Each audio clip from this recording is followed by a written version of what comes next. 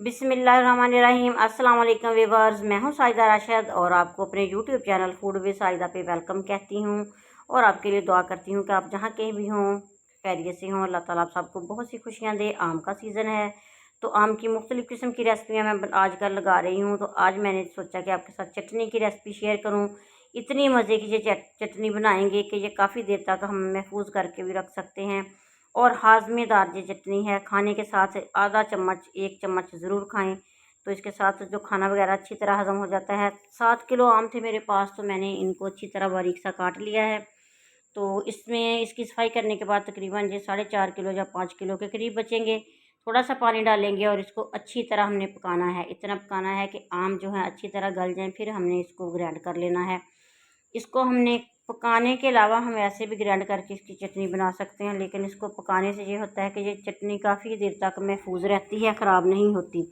तो इसको हम पकाएंगे और पकाने के बाद थोड़ा सा ठंडा करेंगे और अच्छी तरह इसको ग्राइंड करके इसका पल्प जो है वो हासिल कर लेंगे। मैंने तो इसको ठंडा नहीं किया, इसी तरह इसको ग्राइंड कर लेना है।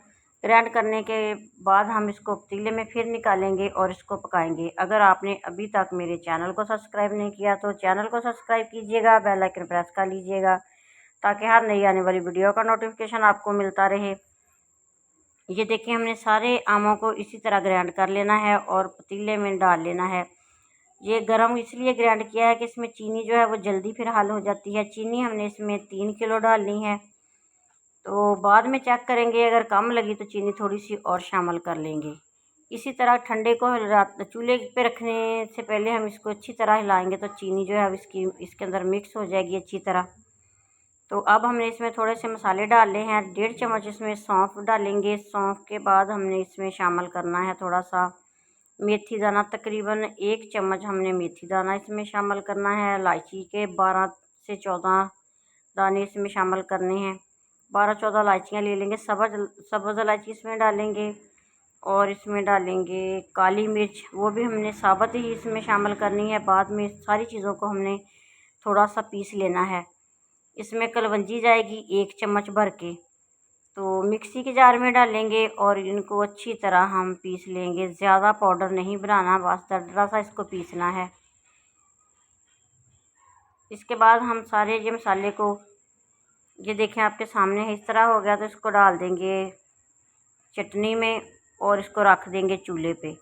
ये पकना शुरू हो जाएगी। हल्की आंच पे पकाना है और पकाने के दौरान हमने चमचा बराबर चलाते जाना है ताकि इसमें चीनी डाली है तो ये नीचे पैंदे में ना लगने पाए। 1 चम्मच भर के इसमें सफ़ेद नमक का शामिल करेंगे, तो हल्की आंच पे इसको पकाते जाएंगे। आपको अगर ये चटनी अच्छी लगे तो मुझे कमेंट बॉक्स में ज़रूर बताइएगा और ये भी बताइएगा कि आपको ये वीडियो कैसी लगी और आप कहाँ से बैठ के देख रहे हैं। तो इसमें थोड़ा सा सुरख मिर्च का पाउडर शामिल करूँगी ताकि इसका कलर भी थोड़ा चेंज हो जाए और इसका जायका जो है वो मज़ेदार सा बन जाए। ये देखिए हल्की आंच पे ये पक रही है। इसमें मैंने 1 चम्मच भर के अजवाइन का पाउडर डाला है। इसको मैंने मसाले में पीसना था, मुझे याद भूल गया था, तो मैंने अब शामिल कर दिया है। एंड पे हमने इसमें वाइट ज़ीरा जो है वो हाथों से मसल के शामिल करना है। तो जब हमने चूल्हा बंद करना है तो 3 से 4 चम्मच हमने इसमें वाइट सिरका शामिल करना है। कलर देने के लिए थोड़ा सा फूड कलर डालेंगे, जर्दा जो होता है। अगर आपको ज़्यादा डार्क कलर नहीं पसंद तो इसको जर्दे कलर को फिर स्किप कर दीजिएगा।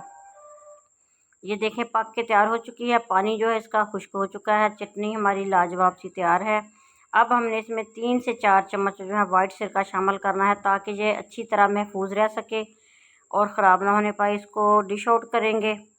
मज़े की हमारी चटनी तैयार है। इसको जैम के तौर पे भी इस्तेमाल कर सकते हैं। अगर हमने इसका जैम बनाना हो तो ये सारे मसाले वगैरह हमने इसमें शामिल नहीं करने, चीनी वगैरह शामिल करके हमने इसका जैम बना लेना है। लेकिन ये हमने बनाई है चटनी, हाजमेदार चटनी है, मज़े की है। तो आप इस तरीके से बनाइएगा और मुझे कमेंट बॉक्स में बताइएगा कि ये चटनी आपको कैसी लगी। आप वीडियो किस जगह कहाँ से बैठ के देख रहे हैं। अल्लाह ताला आपके और हमारे रिज़्क़ में इजाफ़ा करे। अल्लाह ताला आप सब की मुश्किलें परेशानियाँ दूर करे। नेक तमन्ना और नेक दुआओं के साथ इजाज़त चाहूँगी। अल्लाह हाफ़िज़।